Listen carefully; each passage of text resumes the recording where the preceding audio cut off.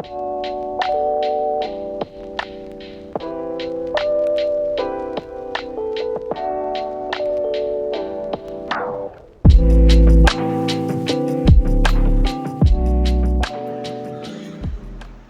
Dungeon Masters, and welcome to Sloth and Dice. My name is Mr. Sloth, your host, equipped with +1 autism that allows me to bring you unique ideas into the world of RPG.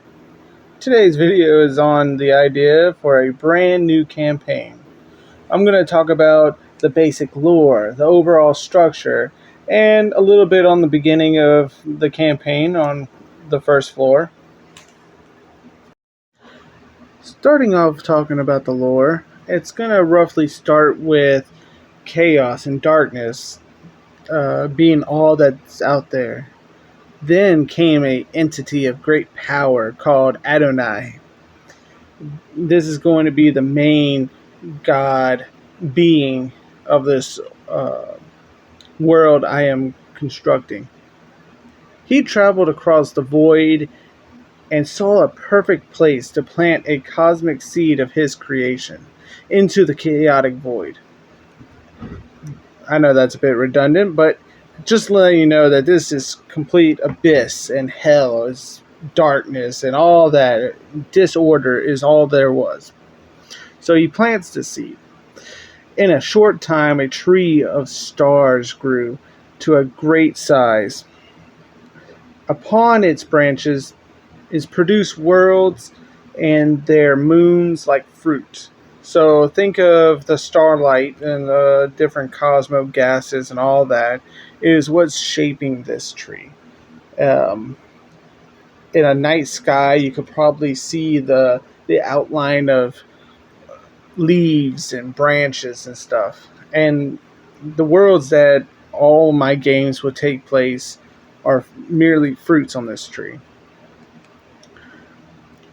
Adonai made many spiritual beings to care for the tree and the world that grows upon the branches. The first of these beings is a dragon named Draki. So, as you can see, I'm already making a snake head at this point in the video. One day, Draki had an idea that consumed him. Became like an obsession. He thought the power of Adonai lies within the fruit of the tree, and by devouring them one by one, he would grow in power, taking away from Adonai, and making himself stronger, or at least on level with Adonai. And that was the beginning of his great betrayal.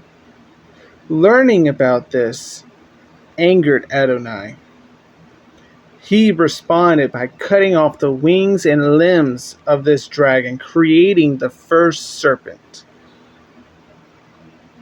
So that's why at this point you can see I am making a orb with continents, so the world, and it's being eaten by this snake that I'm drawing, supposed to represent Draki. Obviously, Draki did not die by the severing of his limbs and wings, but he lives on still with the same passion, the same obsession to take over. So now it becomes his sole mission to continue the eating of the fruits of this tree. And when he goes for each world, he has to first corrupt the world to make it vulnerable for him to devour, which most worlds will have 7 seals. And if each of these seals is broken, it will open the world up to being exposed to any outside influence, including this great snake spiritual being, to come and devour that world. When this happens, a world has a small chance, or relatively speaking, uh, has some time to respond and defeat Draki. Because when the snake goes to devour the world, it kind of is like absorbing before he swallows every bit of the world. It's magical energies, it's land, it's everything. In that time, champions of that world will be sucked into the inside of the snake's belly. Once inside the snake, you would notice that all the pieces of the world have been structured as floors.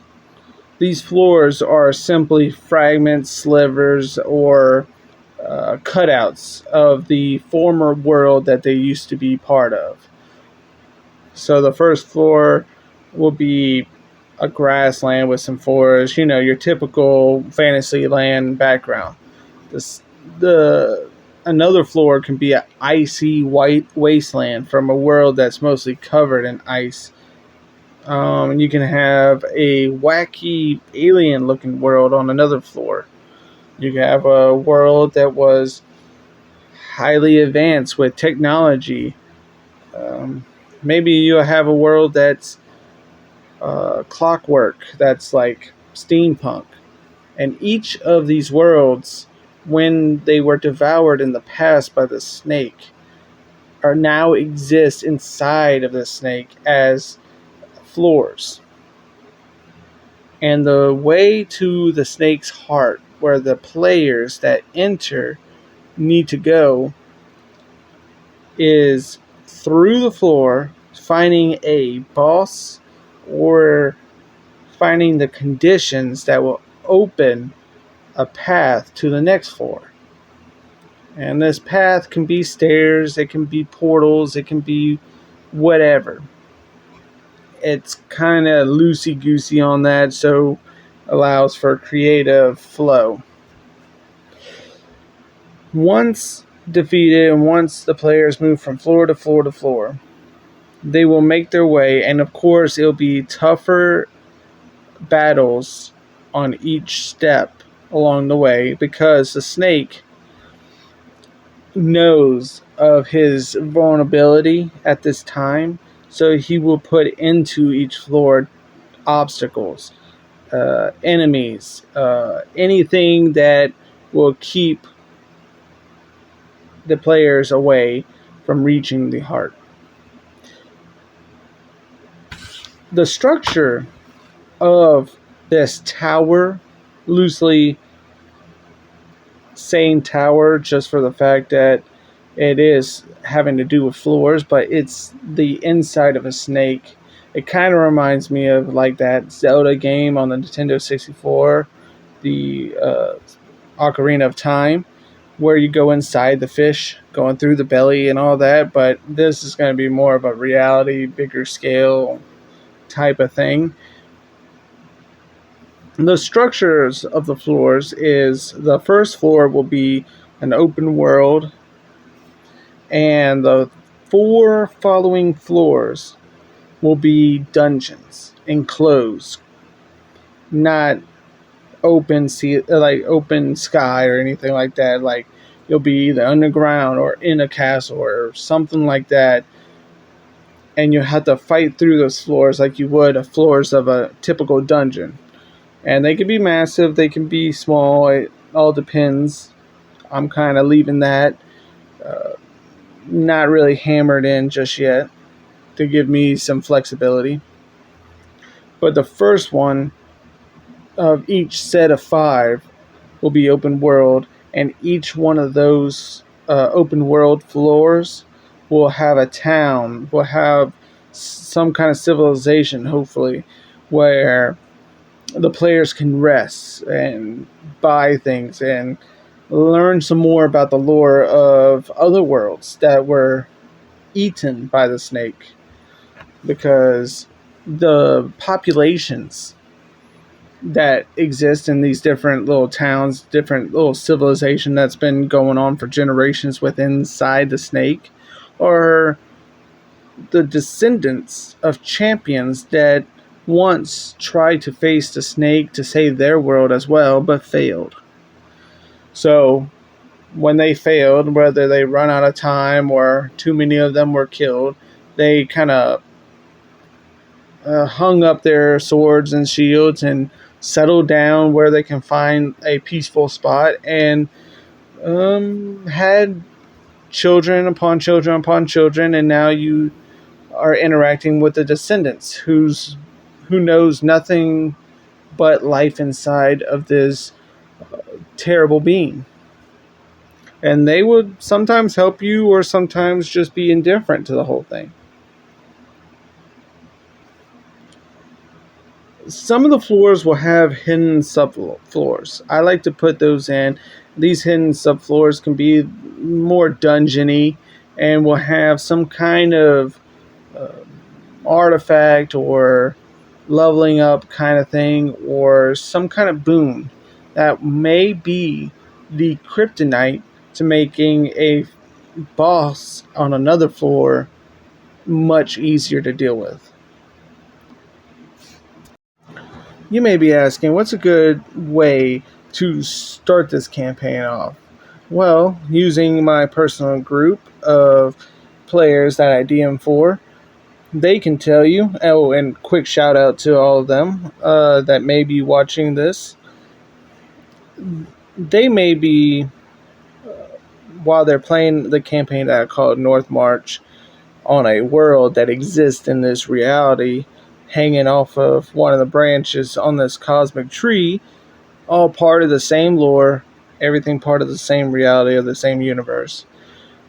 They may be on a world that all of a sudden has all the seals broken by whatever means, and all of a sudden a snake comes in uh, to devour the world, and they get sucked up. This can happen even in the middle of one of their campaigns, because really, when the whole world that they're living on is about to be destroyed and consumed by a former dragon, now serpent, spiritual being, cosmic sized creature, I really doubt that some evil dark lord that's raising a army of orcs is going to be anywhere a concern for the party or anybody else on the whole world. First priority is going to be, let's save the world from this cosmic deity, well, wannabe deity that is pursuing to gain power by consuming everything. Well, they will all end up on the first floor, uh, almost out in the middle of nowhere, but they will quickly find a small town called Humbleton. The thing about Humbleton is the name comes from the fact that many earlier champions, like I mentioned earlier in the video, of other worlds couldn't fight through even the first 5 floors. They gave up and decided just to settle there instead. This floor that this town called Humbleton, because the ancestors of these people were greatly humbled by their lack of skill, so they can't even make it beyond the first set of 5 floors. I put this in a more Lord of the Rings kind of feel. The atmosphere, the nature, the environment is something you would uh, find on a Lord of the Rings, you know, kind of map, which brings me to the tavern that I'm placing on this floor. I took from this amazing book that I bought not too long ago, and I swear this book is a great buy.